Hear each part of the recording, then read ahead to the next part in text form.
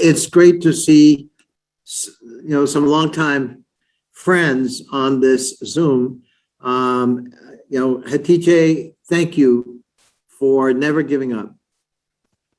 Hatice was my guest at a State of the Union address during the Trump years, giving witness to the fact that we're not going to ever let the memory of Jamal Khashoggi fade, and we're going to insist on justice. And I also want to thank Agnes Kalama. Agnes came to brief me on her report, and I've been around, doing UN-related and foreign policy-related things for 50 years. And I don't think I've ever heard a report as forthright and brutal and direct as Agnes's report on Jamal. And I want to thank you, Agnes. Thank you for not, equivocating, for not couching things in language that can only hurt and protect those who perpetrated this brutal crime. And we all want them brought to justice. And I think your report is seminal in helping us do that.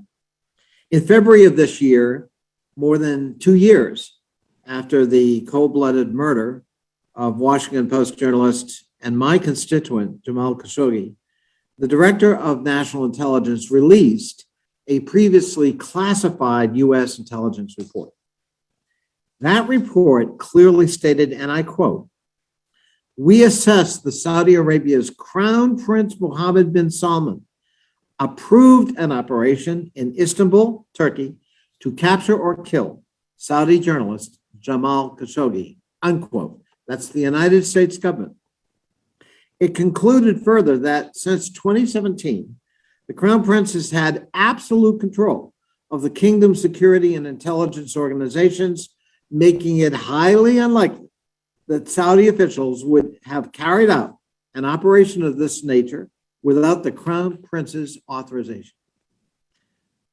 We've always known, beyond a shadow of doubt, that Crown Prince Mohammed bin Salman directed the assassination of Jamal Khashoggi. We also know that this operation is part of a broad and ongoing effort to use violence to intimidate and silence dissidents abroad. Furthermore, we know that some of the killers of Jamal Khashoggi were trained, sadly, here in the United States, demonstrating an overwhelming need for reforms to our current arms sales processes, increased accountability, and reforms in who and how we train foreign nationals in other militaries here in the United States. And yet, despite all of this, Crown Prince MBS and Saudi Arabia have generally been shielded from accountability, especially by the Trump administration, signaling this kind of abhorrent behavior somehow was okay, inviting, unfortunately, further murders and atrocities.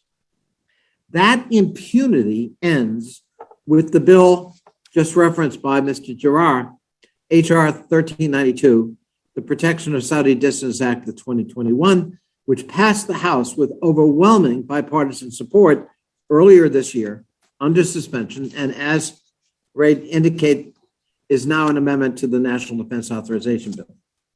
This legislation is targeted and does four things specifically.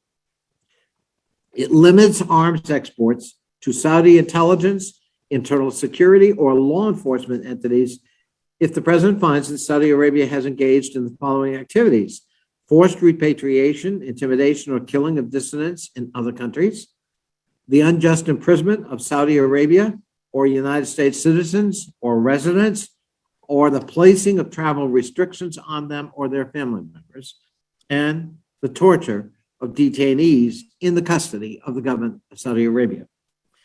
It requires the closure of one or more Saudi diplomatic facilities if the president finds that Saudi Arabia is using those facilities and or those personnel in those facilities to harass or harm Saudi nationals here in the United States. It requires a report on whether Saudi Arabia has been engaged in a consistent pattern of acts of intimidation or harassment directed against any individuals here in the United States. And finally, it requires a report on whether the U.S. intelligence community fulfilled its duty to warn Jamal of threats against his life.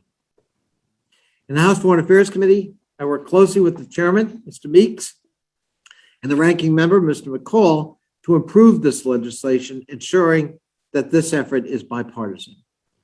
This bill has the support of dozens of human rights organizations, including the Committee to Protect Journalists, Reporters Without Borders, PEN America, Human Rights First, Human Rights Watch, Freedom Now, and so many others. When we turn a blind eye to human rights abuses, we embolden friend and foe alike to continue to engage in these violations. We must end this two-year pageant of impunity and finally hold Saudi Arabia accountable for its treatment of dissidents and those who stand up for human rights and against autocratic repression. Jamal Khashoggi was not the only one to face the brutality of the Saudi regime, and we must stand up for those victims. Enactment of this bill would send a clear message to human rights defenders, dissidents, and journalists worldwide, and would reaffirm an unshakable American commitment to basic rights and freedoms. My honor to turn the floor over to Hatice Cengiz, Jamal's fiancée,